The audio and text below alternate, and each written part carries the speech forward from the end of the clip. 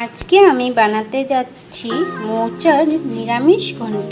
তার জন্য নিয়ে নিলাম এখানে একটা মোচা। এবার খোসা ছাড়িয়ে নেব।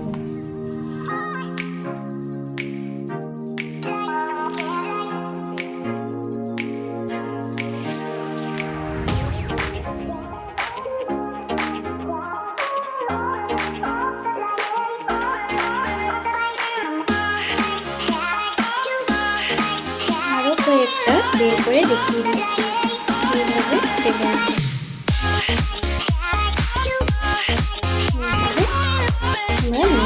এবার সবগুলোর থেকে ভিতরের অংশ বের করা হয়ে গেছে। মোচার ভিতরে এই বাকিটা থেকে গেছে, এটাকে আমরা রেখে দেবো। আর এগুলোকে আমি সিদ্ধ করে নেব। এদিকে কড়াইয়ে জল নিয়ে এবার চুলাটা জ্বালিয়ে দিলাম আর কড়াইয়েও জল দিয়ে দিলাম 1 চামচ নুন। দিয়ে দিচ্ছি আধা চামচের মতো হলুদ আর দিয়ে দিচ্ছি 1 চামচ ভিনেগার। এবার এগুলোকে ভালোভাবে নামিয়ে নেব।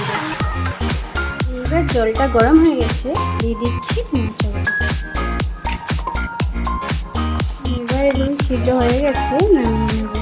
মোচাটাকে আমি এইভাবে জল ঝরিয়ে নিয়ে নিয়েছি।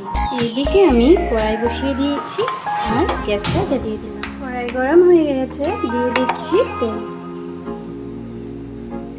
এবার তেল গরম হয়ে গিয়েছে, দিয়ে দিচ্ছি সিদ্ধ করে রাখা মোচা।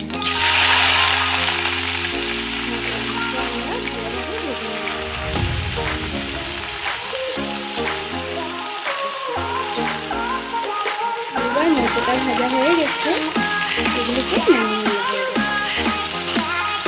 আবার কড়াই বসিয়ে দিয়েছি, তারপর দিয়ে দিচ্ছি তেল। এবার তেল গরম হয়ে গেছে, দিয়ে দিচ্ছি শুকনো লঙ্কা ফোড়ন।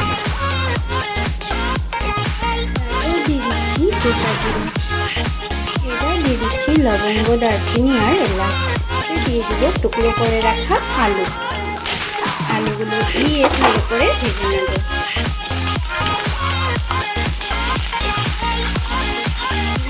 আধা চামচের মতো নিয়ে দিচ্ছি হলুদের গুঁড়ো। এবার এটাকে ভালোভাবে ভেজে নেব।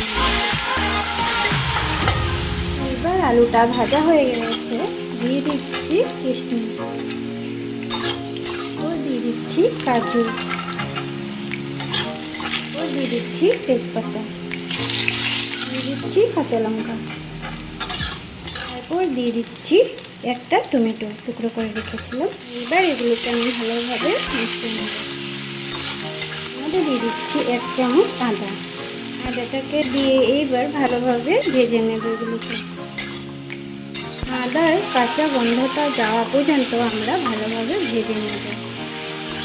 এবার ভাজা হয়ে গেছে, দিয়ে দিব গুঁড়ো মশলা। দিচ্ছি 1 চামচ হলুদের গুঁড়ো, 1 চামচ জিরে গুঁড়ো, দিচ্ছি নুন। আপনারা স্বাদ মতো নুন দেবেন। এবার এগুলোকে ভালোভাবে মিশিয়ে নেব। তারপর এখানে নিচ্ছি আমি ভিজিয়ে রাখা চাল। এই চালটাকে আমি আগের থেকে 8 ঘন্টা ভিজিয়ে রেখেছিলাম। আপনারা চাইলে এখানে জোহা চাল বা বাসমতি চালও ব্যবহার করতে পারেন। আমি এখানে বাসমতি চাল ব্যবহার করছি। এবার চালটাকে দিয়ে ভালোভাবে ভেজে নেব। এবার এগুলো সব ভাজা হয়ে গেছে, এর মধ্যে দিয়ে দিব ভেজে রাখা মশলাগুলো দিয়ে ভালোভাবে ভেজে নেব।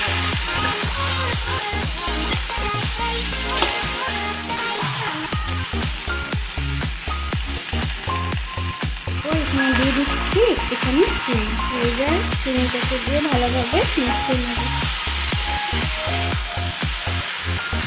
এবার এটা মেশানো হয়ে গেছে, দিয়ে দিচ্ছি ঘি, 1 চামচ ঘিটাকে দিয়ে ভালোভাবে মিশিয়ে নেব। এবার এটা মেশানো হয়ে গেছে, দিয়ে দিচ্ছি জল দেওয়া হয়ে গেছে। এবার ভালোভাবে মিশিয়ে দেব। এবার ঢাকা দিয়ে দিচ্ছি। এবার ঢাকাটা তুলে নিচ্ছি। এবার আমাদের মোচা রান্না হয়ে গেছে, এর মধ্যে দিয়ে দিচ্ছি গরম মশলা ও দিয়ে দিচ্ছি 1 চামচ ঘি। এবার এগুলোকে ভালোভাবে মিশিয়ে নিচ্ছি। এবার এগুলো মেশানো হয়ে গেছে, আমরা সার্ভ করে নেব। আজকে আমাদের মোচার ঘন্ট রেসিপি রেডি। আজকে আমার এই রেসিপিটা দেখে যদি আপনাদের ভালো লেগে থাকে তাহলে লাইক আর সাবস্ক্রাইব করতে ভুলবেন না।